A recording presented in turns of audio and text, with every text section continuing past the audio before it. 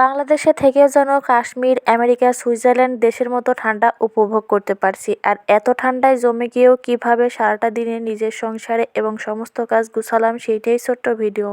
আসসালামু আলাইকুম, কেমন আছেন সবাই? আই হোপ সবাই ভালো আছেন। আলহামদুলিল্লাহ আমরাও ভালো আছি মোটামুটি। বাংলাদেশে থেকেও যেন আমরা সুইজারল্যান্ড, আমেরিকা, কাশ্মীর এসব দেশের মতো ঠান্ডা উপভোগ করতে পারছি। আজ 3টা দিন এত পরিমাণে ঠান্ডা, রোদ না থাকায় তো আরও অবস্থা খারাপ হয়ে গেছে। এত ঠান্ডা পড়লেও কোনো কিছু করার নাই, নিজেদের সংসারের কাজকর্ম, রান্নাবান্না এগুলো তো করতেই হবে। এটা হচ্ছে নিত্য প্রতিদিনের কাজ। এই কাজগুলো না করলে একদম চলেই না। সকাল সকাল উঠে একদম রান্নাবান্না শুরু করে দিয়েছি। আজকে রান্না করব ফুলকপি, আলু, বেগুন দিয়ে ঝোল, সঙ্গে একটু পুঁইয়ের ফল ভাজি করব। নিজেদের বান থেকে একদম টাটকা টাটকা পুঁইয়ের ফল কেটে এনেছি। ফলগুলো মাশাআল্লাহ অনেক সুন্দর। এইদিকে প্রায় আমার একটা তরকারি রান্না হয়ে গেছে। শেষ পর্যায়ে একটু জিরা ফাঁকি দিয়ে ফুলকপি তরকারিটা নামিয়ে নিব।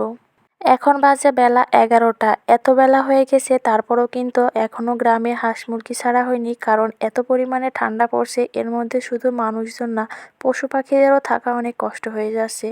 বেলা 11টার সময় মুরগিগুলো একদম ছেড়ে দিয়ে তাদেরকে খাবার দিয়ে দিয়েছি। খাবার দেওয়া হয়ে গেলে এখন চলে আসবো একটু মাঠে।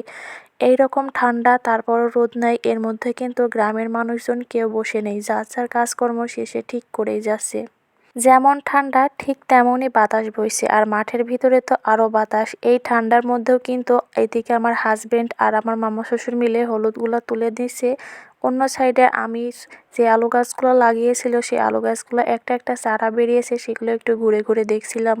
হলুদগুলা মাঠ থেকে বাড়িতে নিয়ে আসা হয়ে গেছে। এবার কিন্তু এইগুলা পরিষ্কার করে নেওয়া হচ্ছে বাজারে বিক্রি করার জন্য। আস্তে আস্তে একদম বেলা শেষ হয়ে আসছে, আর ঠান্ডার মাত্রাটা আরও বেশি বেড়ে যাচ্ছে। বিকেল টাইমে বাড়ির সমস্ত কাজকর্মগুলো গুছিয়ে রেখে এসেই সন্ধ্যার জন্য মা ছেলের জন্য একটু গরম গরম কফি বানিয়ে নিচ্ছি।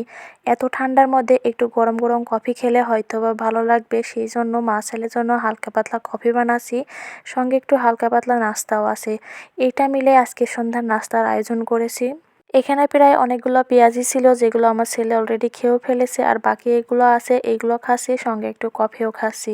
এত ঠান্ডার মধ্যে সংসারে কাজ করেছি, সঙ্গে কিন্তু ভিডিও ছেড়েছি। আপনাদের দিনগুলো কেমন কাটছে সবাই কিন্তু কমেন্টে বলে যাবেন।